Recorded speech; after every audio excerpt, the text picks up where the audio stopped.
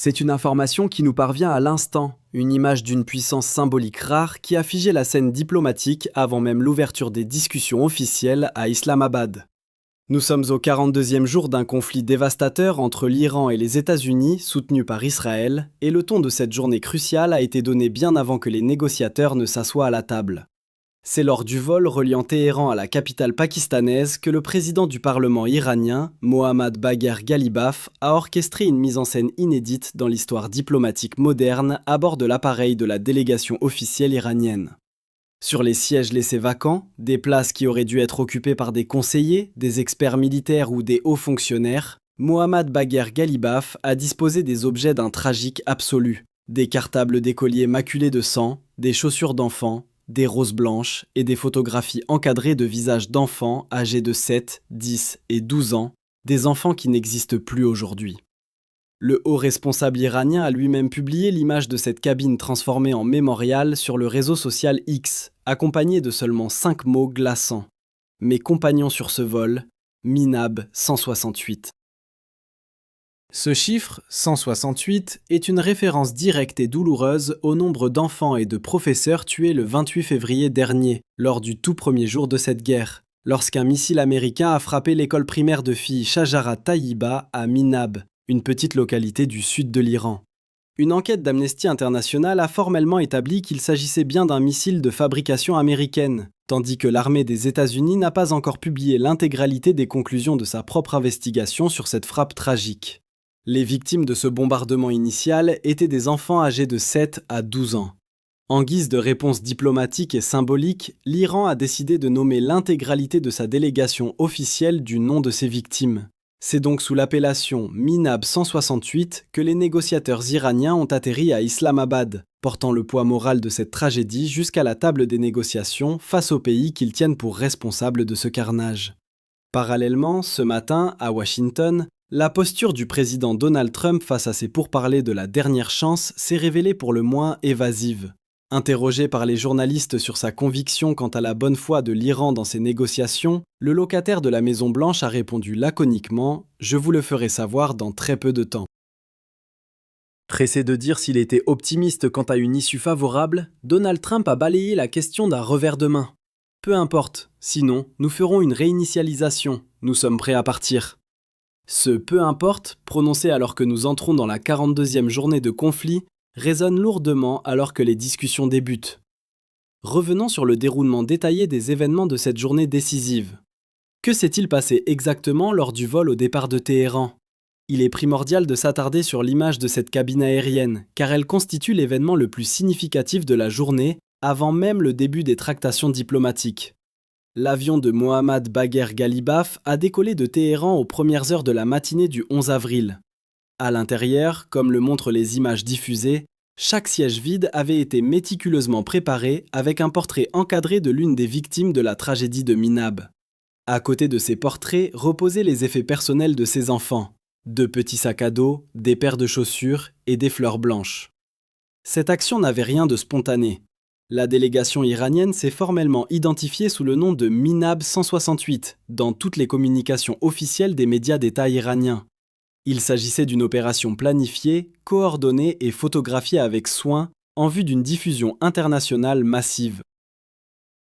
Le ministre iranien des Affaires étrangères, Abbas Araghchi, a lui aussi publié séparément des images prises de l'intérieur de l'avion sur son compte Telegram personnel. Ces photos ont été reprises par tous les principaux médias mondiaux en quelques heures. Le message diplomatique que l'Iran tente de faire passer à travers ce geste est sans équivoque. Il n'entre pas dans Islamabad comme un pays vaincu venant implorer la pitié, mais comme une nation qui a enterré 168 enfants dès le premier jour d'une guerre qu'elle affirme ne pas avoir déclenchée. Un pays qui a tenu tête pendant 42 jours à la puissance militaire combinée des États-Unis et d'Israël, et qui s'assoit maintenant face aux responsables présumés du tir de missiles. Dès son atterrissage, Mohammad Bagher Ghalibaf a résumé la position iranienne en une phrase lourde de sens. « Nous avons de bonnes intentions, mais nous n'avons pas confiance. » Cette phrase résume à elle seule l'état d'esprit iranien à l'ouverture des négociations. Analysons à présent les forces en présence dans la capitale pakistanaise. Qui se trouve autour de la table de négociation dans l'enceinte ultra sécurisée de l'hôtel Serena d'Islamabad ? La délégation américaine est dirigée par le vice-président J.D. Vance en personne. Il est accompagné de Steve Witkoff, l'envoyé spécial de Donald Trump pour le Moyen-Orient, et de Jared Kushner, le gendre de l'ancien président.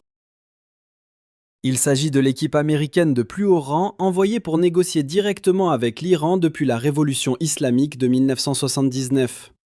Ce détail n'est pas anecdotique. Ce sont 47 années d'hostilité glaciale qui sont aujourd'hui concentrées dans le même bâtiment. Face à eux, la délégation iranienne est impressionnante par sa taille, comptant pas moins de 71 membres. Ce n'est clairement pas une petite équipe envoyée pour des discussions superficielles. Elle est menée par Mohammad Bagher Ghalibaf, président du Parlement, secondé par Abbas Araghchi, le ministre des Affaires étrangères. Sont également présents Ali Akbar Ahmadian, secrétaire du Conseil de défense, Abdol Nasser Hemati, chef de la Banque centrale iranienne, ainsi que plusieurs membres du Parlement iranien. Ghalibaf a justifié la taille exceptionnelle de cette délégation auprès des journalistes en expliquant que, compte tenu de la complexité et de la haute sensibilité des négociations, l'Iran avait inclus non seulement ses principaux négociateurs, mais aussi des comités techniques et d'experts pour chaque dossier. Économie, nucléaire, militaire, énergie. Cela démontre que l'Iran aborde ces pourparlers comme une négociation en vue d'un règlement global et exhaustif du conflit, et non comme une simple discussion sur un cessez-le-feu limité. La ville d'Islamabad vit au rythme de cet événement historique. L'hôtel Serena est situé dans la zone rouge de la capitale pakistanaise, un périmètre entièrement bouclé par les forces de sécurité. Les points d'entrée dans Islamabad ont été fermés et des jours fériés ont été déclarés pour les 9, 10 et 11 avril afin de faciliter le déploiement sécuritaire. Preuve de l'importance cruciale de cette médiation pour le Pakistan, des avions de chasse JF-17 et des avions ravitailleurs IL-78 ainsi que des avions cargo C-130 de l'armée de l'air pakistanaise ont assuré une mission d'escorte pour l'avion de la délégation iranienne au-dessus de l'Iran et du Golfe Persique. Le fait que le Pakistan déploie ses propres avions de combat pour protéger l'équipe de négociation iranienne en route vers des pourparlers de paix souligne la gravité avec laquelle Islamabad prend son rôle de médiateur indispensable dans ce qui est le conflit le plus conséquent de cette décennie. Pourtant, malgré cette logistique impressionnante, les discussions ont démarré avec retard aujourd'hui en raison des conditions préalables posées par l'Iran, une complication qui s'est intensifiée depuis la nuit dernière. La délégation iranienne est arrivée avec des exigences strictes, qualifiées de préconditions non négociables par Mohammad Bagher Ghalibaf, qui doivent être résolues avant même que les négociations de fond ne puissent commencer. Ces demandes sont au nombre de 2. Premièrement, un véritable cessez-le-feu au Liban, exigeant qu'Israël cesse ses bombardements contre le Hezbollah. Deuxièmement, le dégel des avoirs iraniens, bloqués par les sanctions américaines depuis des décennies. Ghalibaf a explicité cette position sur le réseau X avant d'atterrir. Une trêve au Liban et la libération des avoirs iraniens gelés avant le début des négociations sont 2 des étapes mutuellement convenues qui n'ont pas encore été mises en œuvre. Les négociations ne peuvent commencer tant que ces 2 questions ne sont pas résolues. Téhéran fait valoir que ces points avaient été acceptés comme condition du cessez-le-feu et que les États-Unis n'ont pas respecté leurs engagements, Israël continuant de bombarder le Liban et l'argent iranien restant bloqué. De leur côté, la position américaine, énoncée par Caroline Leavitt et maintenue par J.D. Vance, est que le Liban ne fait pas partie de l'accord de cessez-le-feu qui concernait uniquement l'Iran, le Hezbollah étant considéré comme une question distincte. Il y a ici une contradiction flagrante. Le Premier ministre pakistanais a affirmé que le Liban était bien inclus dans l'accord, une position partagée par l'Iran et le Pakistan, tandis que les États-Unis et Israël soutiennent le contraire. Ce désaccord fondamental n'est pas résolu et trône en tête de l'ordre du jour. Des sources médiatiques d'État iraniennes ont fait état de progrès lors de consultations préliminaires, décrivant des discussions intensives se déroulant parallèlement à une réduction signalée des frappes israéliennes. Israël déplaçant certaines attaques du centre de Beyrouth vers le sud du Liban. Cependant, ce changement stratégique n'a pas satisfait la condition préalable de l'Iran, et le Hezbollah a tiré des roquettes sur le nord d'Israël jeudi en réponse aux frappes en cours. C'est dans ce contexte tendu que la posture de Donald Trump pèse de tout son poids sur l'issue de ces pourparlers. Les décisions de l'ancien président américain détermineront en fin de compte si ce cessez-le-feu débouche sur la paix ou devient le prélude à une guerre encore plus vaste. S'adressant aux journalistes ce matin à la base aérienne Andrews avant de s'envoler pour une visite de collecte de fonds dans son domaine viticole en Virginie, Donald Trump s'est montré évasif sur les pourparlers, se contentant de déclarer qu'il pensait que la situation dans le détroit d'Ormuz se résoudrait assez rapidement, ajoutant « Et si ce n'est pas le cas, nous serons en mesure d'y mettre fin d'une manière ou d'une autre ». Interrogé sur son optimisme, il a répété son « peu importe, sinon nous ferons une réinitialisation, nous sommes prêts à partir ». Sa réponse sur l'objectif principal d'un accord avec l'Iran a été d'une simplicité frappante. Pas d'armes nucléaires, c'est 99% du problème. Pour Donald Trump, l'enjeu principal n'est ni le détroit d'Ormuz, ni le retrait des forces américaines, ni le Liban, ni les sanctions, mais l'abandon par l'Iran de son programme nucléaire. Steve Witkoff avait déjà précisé cette position la veille de manière encore plus catégorique, déclarant publiquement que les installations d'enrichissement d'uranium de l'Iran devaient être complètement démantelées, et non simplement mises en pause ou inspectées. Il a spécifiquement nommé Natanz, Fordo et Ispahan, les 3 principaux sites d'enrichissement de l'Iran, avertissant que si le prochain cycle de discussion n'aboutissait pas à des résultats, elle prendrait fin et les États-Unis envisageraient des « options alternatives », une expression qui, dans le contexte actuel, ne peut avoir qu'une seule signification militaire. En réponse, le chef de l'organisation iranienne de l'énergie atomique, Mohammad Eslami, a affirmé que toute tentative de limiter l'enrichissement de l'Iran échouerait. La proposition en 10 points rendue publique par l'Iran inclut explicitement le droit à l'enrichissement de l'uranium comme condition de tout règlement final. Nous nous trouvons donc exactement face au même point de blocage, à la même ligne rouge et à la même trajectoire de collision qui avait provoqué l'effondrement des négociations en février et déclenché cette guerre. Le vice-président J.D. Vance, avant d'embarquer sur Air Force 2 pour Islamabad, a lancé un avertissement à double tranchant. Si les Iraniens sont prêts à négocier de bonne foi, nous sommes certainement prêts à tendre la main. Et puis, s'ils essaient de nous jouer, ils découvriront que l'équipe de négociation n'est pas très réceptive. J.D. Vance est, au sein du cercle rapproché de Donald Trump, le plus sceptique vis-à-vis des interventions militaires étrangères et s'est opposé aux guerres sans fin. Pourtant, c'est aussi lui qui a qualifié le cessez-le-feu actuel de trêve fragile. Il aborde cette négociation en sachant pertinemment que l'échec ne signifierait pas une poursuite de la diplomatie, mais un retour des bombardements. Une source pakistanaise de haut rang a confié à CNN que J.D. Vance avait joué un rôle clé dans l'organisation de ces pourparlers et que les autorités pakistanaises espéraient le convaincre de rester plus longtemps que prévu à Islamabad pour aider à verrouiller un accord cadre, estimant qu'il faudrait quelques jours de négociations pour sécuriser correctement le cessez-le-feu. L'ambassadeur du Pakistan aux États-Unis, s'exprimant à la télévision américaine ce matin, a résumé l'enjeu avec espoir. Si nous réussissons cela, je pense que nous n'aurons pas besoin d'aller ailleurs, décrivant les pourparlers d'Islamabad comme un événement potentiel unique pour mettre fin à la guerre. Cependant, le temps presse. Le cessez-le-feu expire le 22 avril, soit dans 11 jours exactement. Si ces discussions échouent à produire un cadre d'accord avant cette date limite, les bombardements reprendront. Donald Trump s'est déjà engagé en ce sens sur son réseau Truth Social, affirmant que si le respect de l'accord échouait, les tirs recommenceraient de manière plus importante, plus efficace et plus forte que quiconque n'en a jamais vu auparavant. Il a décrit son armée comme étant en phase de chargement et de repos, attendant en réalité sa prochaine conquête. Au cœur économique de ce conflit se trouve la question cruciale du détroit d'Ormuz, où le fossé entre les annonces diplomatiques et la réalité opérationnelle en mer est immense. Le cessez-le-feu était censé rouvrir le détroit au transport maritime commercial normal, l'Iran ayant accepté de garantir un passage sûr comme condition de la trêve.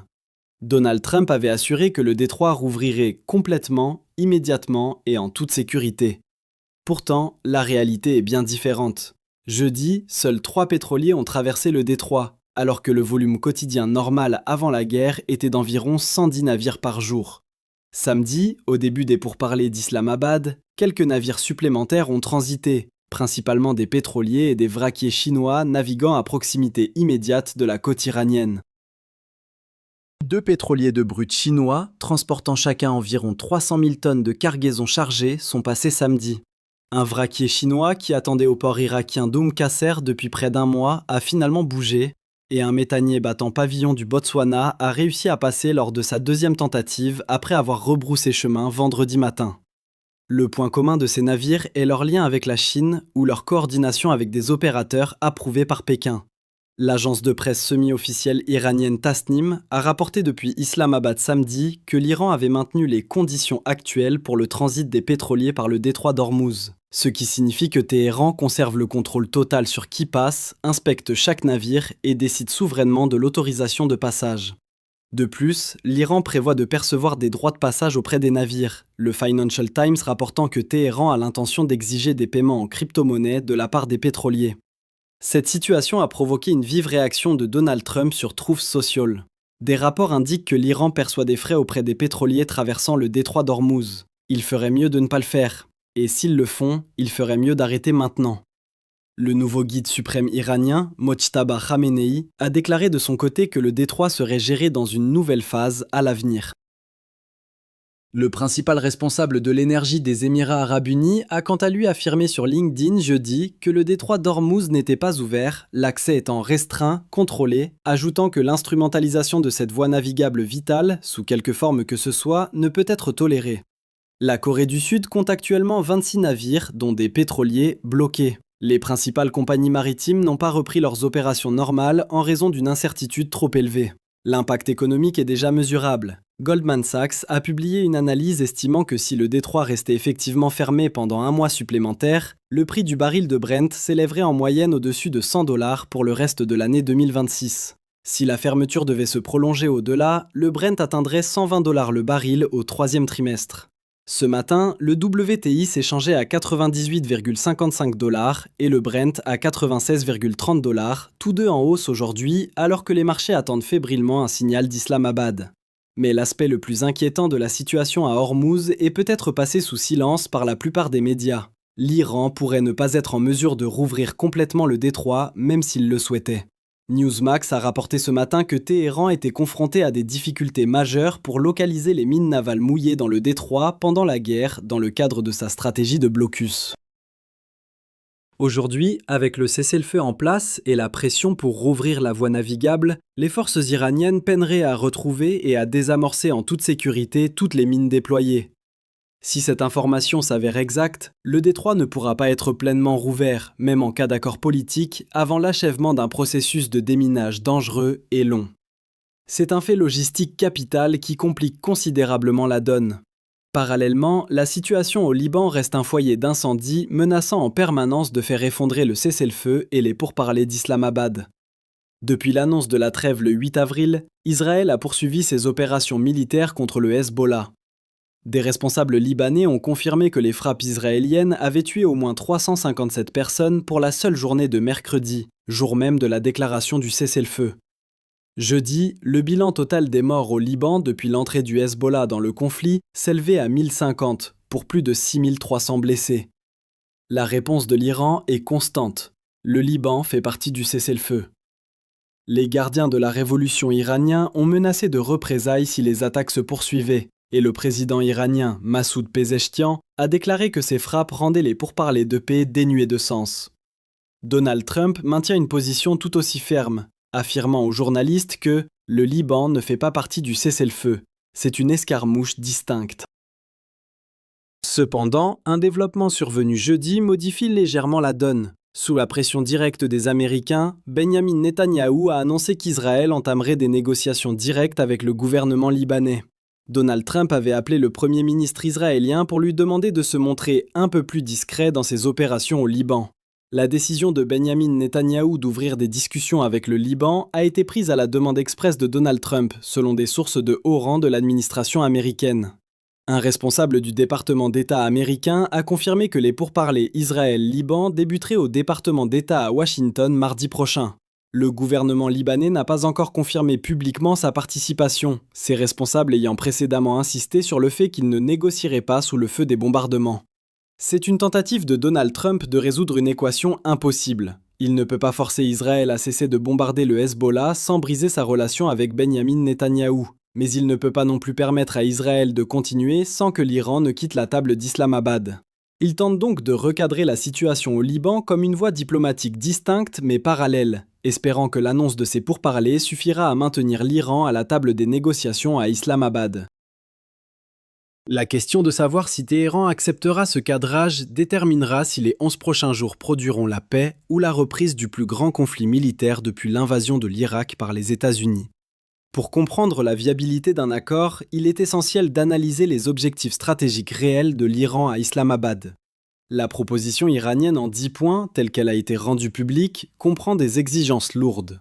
Une supervision iranienne permanente du détroit d'Ormuz, qu'elle contrôle actuellement et considère comme un atout stratégique et économique, le retrait de toutes les forces de combat américaines des bases militaires de l'ensemble du Moyen-Orient, la levée de toutes les sanctions américaines et internationales remontant à près de 45 ans, y compris les sanctions primaires et secondaires, le paiement de réparations de guerre à l'Iran pour les dommages causés pendant les 40 jours de bombardements américains et israéliens, la reconnaissance formelle du droit de l'Iran à enrichir l'uranium, la fin de toutes les opérations militaires israéliennes, y compris au Liban, et des garanties juridiques internationales liant tous ces termes.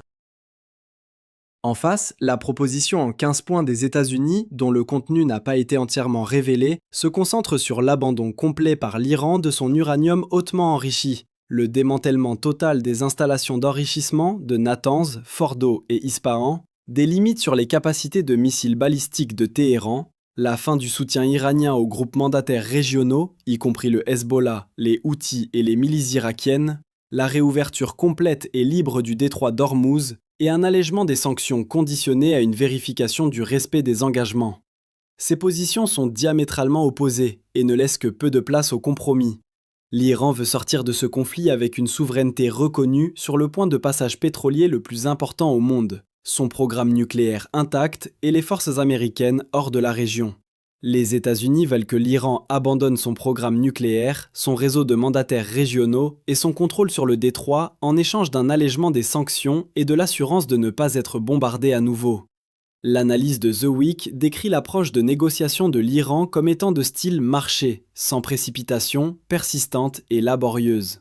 La carte maîtresse de Téhéran reste le détroit d'Ormuz, et l'Iran le sait parfaitement.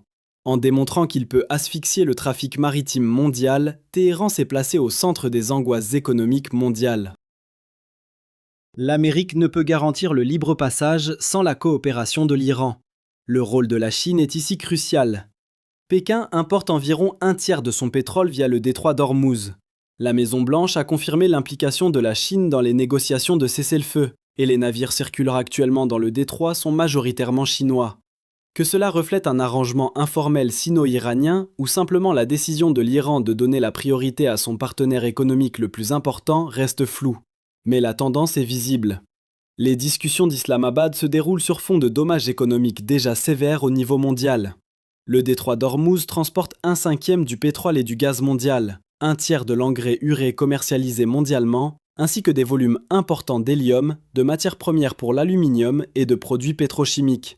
Sa fermeture partielle est décrite par les analystes comme la plus grande perturbation de l'approvisionnement énergétique mondial depuis la crise pétrolière des années 1970, dépassant l'embargo arabe de 1973. Aux États-Unis, l'inflation a grimpé à son plus haut niveau sous la présidence Trump, tirée par les coûts de l'énergie. Les agriculteurs de l'Iowa ont rapporté à CNN que les prix des engrais et du diesel augmentent simultanément juste au début de la saison des semis. Les marchés financiers sont extrêmement volatiles. Le Dow Jones a chuté de 900 points au 8e jour du conflit avant de rebondir spectaculairement à l'annonce du cessez-le-feu pour ensuite reculer à mesure que les contradictions de la trêve devenaient visibles. Le marché intègre la probabilité réelle d'un échec du cessez-le-feu. L'échéance du 22 avril se rapproche et avec elle la menace d'une intensification de la guerre. Les États-Unis ont déjà frappé plus de 3000 cibles en Iran en 40 jours. Détruisant une grande partie de la marine iranienne et de ses systèmes de défense aérienne, et frappant ses installations nucléaires. Une seconde campagne ciblerait, selon les menaces explicites de Donald Trump, les infrastructures civiles critiques, centrales électriques, ponts, usines de traitement des eaux, des frappes que les experts en droit international qualifient de crimes de guerre. Si les pourparlers échouent, le conflit pourrait s'intensifier dramatiquement, impliquant potentiellement la Russie et la Chine de manière plus directe. Dans cette tourmente, le Pakistan émerge comme un médiateur indispensable et inattendu, le Premier ministre Shehbaz Sharif ayant réussi à établir un canal de communication là où les autres intermédiaires avaient échoué. Islamabad tire parti de ses liens étroits avec Washington, de sa relation de voisinage avec l'Iran et de ses rapports de travail avec la Chine et les États du Golfe. En assurant la sécurité physique de la délégation iranienne, le Pakistan fait une déclaration forte sur son engagement et son rôle de garant de la sécurité régionale. Si les pourparlers réussissent, le Pakistan se positionnera comme le pays ayant mis fin au conflit le plus dangereux du XXIe siècle jusqu'à présent, transformant ainsi son statut mondial. L'enjeu est donc immense pour Islamabad. En résumé, à la 42e journée, les discussions directes entre les États-Unis et l'Iran, les premières en 47 ans, se déroulent sous une tension extrême, symbolisée par les 168 cartables d'enfants transportés par la délégation iranienne et le « peu importe » de Donald Trump. Ce qui se jouera dans les 11 prochains jours à l'hôtel Serena déterminera si cette guerre se termine dans une salle de négociation ou reprend dans le ciel de Téhéran, avec des conséquences imprévisibles pour le monde entier.